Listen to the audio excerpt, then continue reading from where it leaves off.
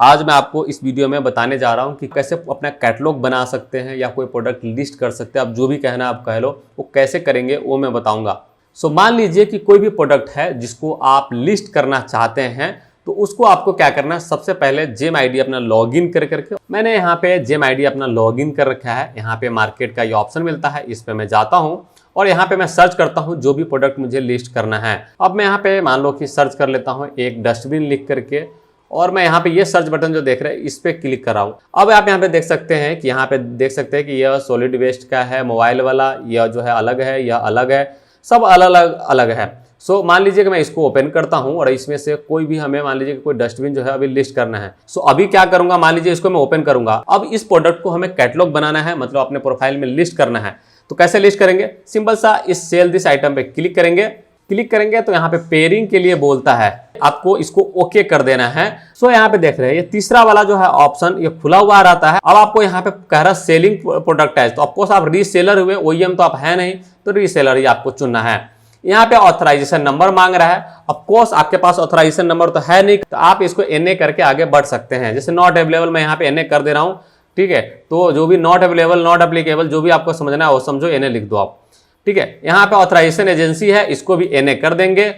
यहाँ पे authorisation date पूछा रहा है, तो यह आप करेंट डेट ले सकते हो। जैसे मान लीजिए आज 5 तारीख है तो मैं 5 तारीख ले सकता हूँ, या पीछे का डेट ले सकते हैं। उसके बाद आता है ऑथराइजेशन वैलिडिटी, यह वाला आपको फॉर्म चुनना है, तो इसमें भी सेम रूल आपको अप्लाई करना है, या तो करेंट डेट ले लो या बैक डेट ले लो। 2 में आपको यहाँ पे इस पे क्लिक करना है, यहाँ से आपको जाना है, इस पे क्लिक करना है। जितने भी साल का आप चाहते हैं, आप 1 साल 2 साल जितना लेना है उतना ले करके यहाँ पे चुन सकते हैं। कोई इसका प्रूफ कहीं देने की जरूरत नहीं पड़ता है, यह बस ऐसे पूछा जाता है, तो यह आपको दे देना है। कंट्री ऑफ ओरिजिन पूछा जा रहा है, मतलब यह है कि यह प्रोडक्ट जो है किस देश की ओर से बनाया गया है, मतलब मेड इन इंडिया है, मेड इन चाइना है, मेड इन अमेरिका है, मेड इन क्या है, जो भी है वो आपको बताना होगा। यहाँ पे आपको अगर इंडिया का प्रोडक्ट है तो ऑफकोर्स इंडिया ही आपको यहाँ पे चुनना है। यह चुनने के बाद आपको यहाँ पे यह जो है आप देखेंगे यहाँ पे लिखा हुआ है PPMI, मतलब मेक इन इंडिया के बारे में पूछ रहा है कि यह इंडिया में कितने % बना है लोकली। तो जैसे ही आप इसको यस करेंगे, मान लीजिए इंडिया का प्रोडक्ट है, यस करेंगे तो यहाँ पे ऑटोमेटिक जो है परसेंटेज में आ जाएगा। तो यहाँ पे एक तरह से डिक्लेयर करना है कि इंडिया में का बना हुआ है या नहीं। अगर यस करेंगे तो आपसे फिर पूछ देगा कितना % है, अगर नहीं बना है तो फिर तो पूछने की कोई बात ही नहीं है। यह करने के बाद अब आपसे स्टॉक पूछा जा रहा है, SKU मतलब कितना आपके पास स्टॉक में है। जितना भी स्टॉक में है वो आप यहाँ पे बता सकते हैं, ये ऑप्शनल है, आप चाहे तो इसको दे यहाँ पे, नहीं तो छोड़ सकते हैं। यहाँ पे ये HSN नंबर मांगा जा रहा है, HSN नंबर आपको देना है, जो HSN कोड नॉर्मली जो है बिलिंग के टाइम पे काम आता है। तो यहाँ पे आप 9 भी देंगे तो कोई दिक्कत नहीं होगा। अब आता है MRP देखिए यहाँ पे 8000 लिखा हुआ है। अब ये कह रहा है कि आप कितने में बेचना चाहते हो यहाँ पे बता दो। 7200 हमें मान लो इसको करता हूँ प्राइस।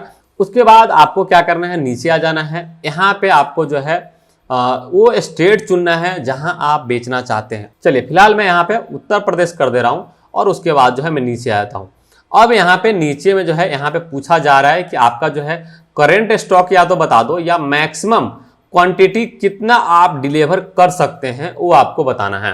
मतलब यह है कि मान लीजिए कि आपके पास 500 पीस स्टॉक में है यह डस्टबिन, मान लीजिए उदाहरण के लिए।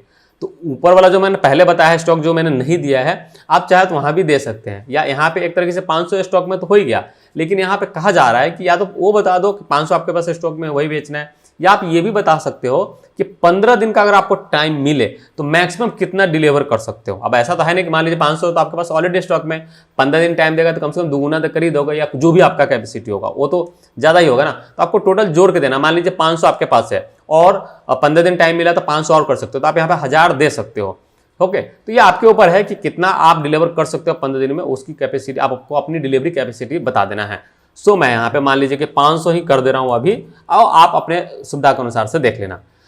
मिनिमम क्वांटिटी पर कंसाइनी पूछ रहा है कि मिनिमम कितने का ऑर्डर लोगे, तो मिनिमम कितने का भी आप ऑर्डर लोगे वो आप बता सकते हो। मतलब अब ऐसा तो है नहीं कि एक पीस आप किसी को देने जाओगे। मान लीजिए कि मैं अभी गाजियाबाद में बैठा हूँ और उत्तर प्रदेश मैंने पूरा चुन लिया है, और कोई बरेली में बिहार साइड से अगर मुझे कोई ऑर्डर दे दे 1 पीस का, तो मुझे तो उससे ज़्यादा खर्चा ही लग जाएगा। सो आप मिनिमम ऑर्डर डिसाइड कर सकते हो कि मिनिमम इतना दोगे तो मैं डिलीवर करूँगा, कहीं नहीं तो नहीं करूँगा।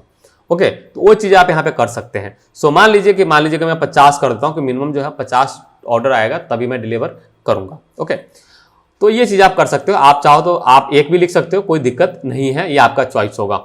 यहाँ पे lead time for direct purchase कहा जा रहा है कि टोटल जो है लीड टाइम, मतलब उसको प्रोसेस करने के लिए कितना आपको टाइम चाहिए हाँ या ना में जवाब देने के लिए। बिल बनाने के लिए आपको 15, जिस दिन ऑर्डर एक्सेप्ट होता है उस दिन से लेकर अगले 15 दिन तक का लगभग आपको एवरेज टाइम मिलता है 15 दिन का, कि 15 दिन के अंदर में आप बिल जनरेट करके अपलोड करके डिलीवर कर दो, ये 15 दिन का टाइम मिलता है। तो नॉर्मली लोग जो है 2 दिन 3 दिन रखते हैं, जो मैक्सिमम होता है, और 10 दिन का यहाँ पे दिया जाता है, लेकिन यहाँ पे देख सकते हो कि 1 से 10 रेंज दिया हुआ है। आप चाहो तो 2 दिन 3 दिन 4 दिन जितना रखना है वो रख लो, और उसके बाद जो है सेव एंड प्रोसीड पे क्लिक कर दो। जब सेव एंड प्रोसीड पे क्लिक करोगे तो यहाँ पे देख सकते हैं कि अब जो है पहले जो ये रेड था थर्ड वाला, ये अब ग्रीन हो गया है, इसका मतलब यह कंप्लीट हो गया है।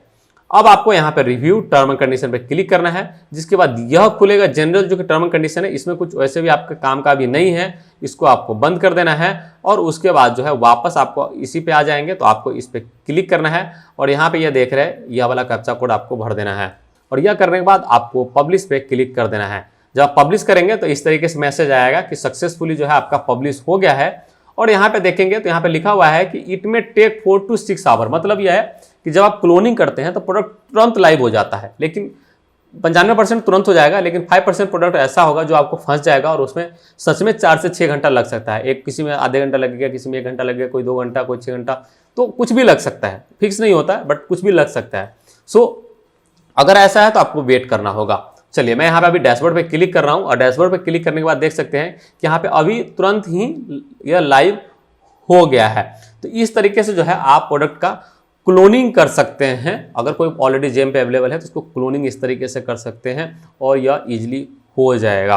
ओके, अब यह लाइव हो जाएगा। यह पब्लिक वाला जो सेक्शन है इसी में आपको यह दिखता है यहाँ पे कि अपना प्रोडक्ट जो है लाइव हो गया है।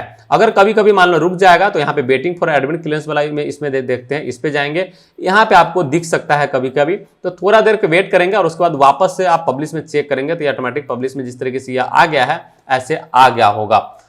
इस तरीके से आपको जो है प्रोडक्ट लिस्ट करना है सभी चीजों को, जैसे कोऑर्डिनेट को Q1 Q2 Q3 Q4 को देख करके उसको समझ करके और उसके अनुसार से ही इसको लिस्ट करना हो। ऐसा नहीं हो कि Q3 में कोई वेरीफाई प्रोडक्ट है आप उसको लिस्ट कर दो, वो कभी भी 6 घंटा छोड़ो 6 महीने में भी वो आपको अप्रूव नहीं होगा, क्योंकि आपने वहाँ से रीसेलर कोड नहीं लिया है। ओके, तो हमेशा जो मैंने Q1 Q2 Q3 Q4 वाला वीडियो बना रखा है, अगर आपको समझ में नहीं आता तो उसको 1 बार नहीं 2 बार 3 बार देखो, लेकिन उसको आप सब सही से समझो, तब जो है आप प्रोडक्ट लिस्टिंग पे आओ। ठीक है, तो यह सारा था, इस तरीके से क्लोनिंग कर सकते हैं। अगले वीडियो में मैं आपको जो है इसका लिंक बनाना, जो प्रोडक्ट आप लाइव करते हैं अब इसका लिंक कैसे आप शेयर करेंगे वो मैं आपको बताऊंगा। ओके, उसके बाद जो है जब वो वीडियो आप देख लेंगे उसके बाद जो है मैं आगे जो है किस तरीके से आप नया प्रोडक्ट लिस्ट कर सकते हैं वो उसके बाद वीडियो होगा।